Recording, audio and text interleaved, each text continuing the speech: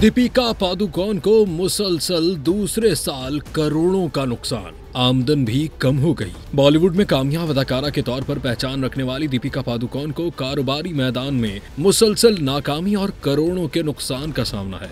कारोबारी जरीदे की रिपोर्ट के मुताबिक बॉलीवुड अदाकारा दीपिका पादुकोण के beauty skin care brand E82 को रवां माली साल भी भारी माली नुकसान का सामना है और आमदन भी गुज़िश्ता साल की निस्बत कम हुई है। कंपनी की जानिब से वजारत कॉर्पोरेट अफेयर्स को जमा कराई गई ताज़ा रिपोर्ट के मुताबिक ब्रांड को 2024-25 में 12 करोड़ 26 लाख भारतीय रुपए का खसारा हुआ। रिपोर्ट में बताया गया है कि रवां साल नुकसान गुज़िश्ता बरस की निस्बत कम हुआ, ताहम कंपनी अब भी नफे में नहीं है। रिपोर्ट में बताया गया कि रवां साल कंपनी की आमदनी में 30% से जायद कमी हुई। 2023-24 में इस प्रोडक्ट ने 21 करोड़ रुपए कमाए, जबकि 2024-25 में ये रकम घटकर 14 करोड़ रुपए तक महदूद रह गई है।